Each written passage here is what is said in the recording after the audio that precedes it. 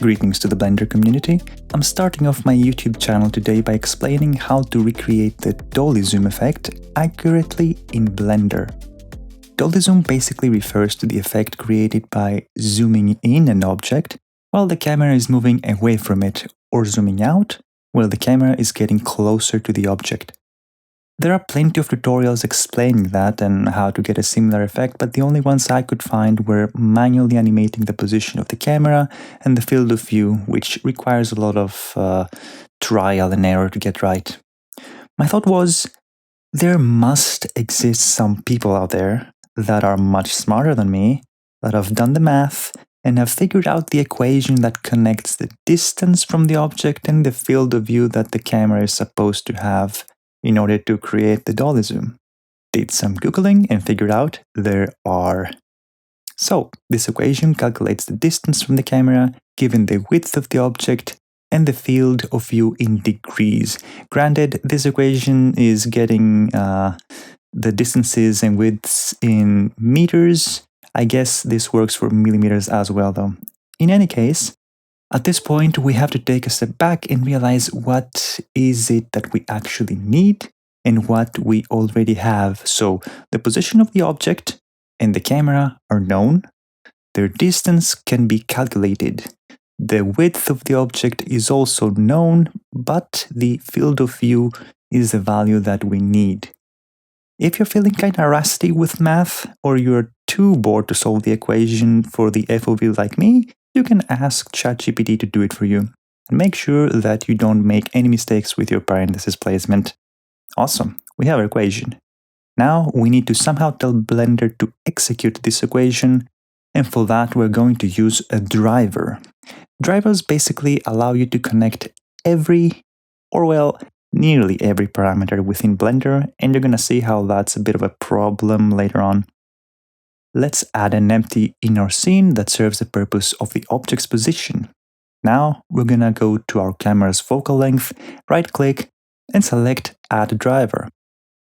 On the expressions, we're gonna paste our equation with a width of, let's say, 2 meters. Ignore the error here, it'll go away when we set our input variable. To get the distance between our camera, we'll go to the X drop-down menu here and select Distance. Now we're gonna select our empty here and our camera here. Let's also rename the variable to D as it is in our expression so that the driver can actually work. Well, as you can see, this isn't really working. That's because we're calculating degrees instead of millimeters of focal length. Selecting FOV on the units menu here is the obvious solution, but it turns out this value is one of the exceptions I refer to as being a problem. We're unable to add any drivers here or animating the parameter. More people have this issue, and it just seems that Blender doesn't support animating field of view in degrees for a long time now. For us, though, that means we need to convert our FOV in millimeters of focal length. So I asked my good old trusty ChatGPT again to give me the equation and solve it for the focal length. Then I replaced the field of view with our old equation, set the sensor size to 36 millimeters, which you can find in the camera settings here, and got this absolute monstrosity of an equation. You can obviously copy that from the description below. And now we can paste it in the driver, add a constraint to the camera so that it always looks towards the empty, and check if it works.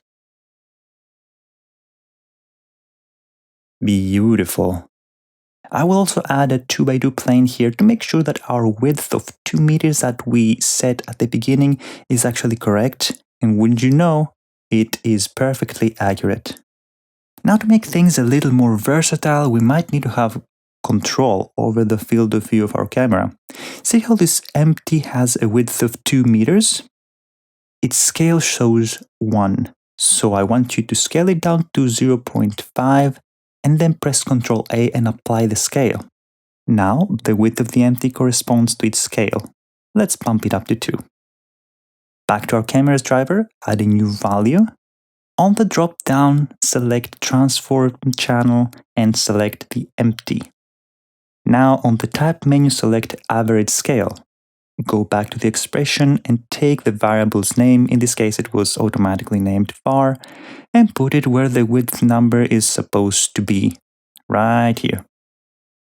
Now by scaling the empty, we can control the FOV, or width, to our liking. So this is about it. I hope you can have some fun using this information and that you found it somewhat interesting. I really don't have any plans for this channel other than occasionally uploading cool things I do in Blender. Please feel free to comment your opinion on this, how it could possibly be improved, any mistakes I made, or generally any idea that you might have. Happy blending!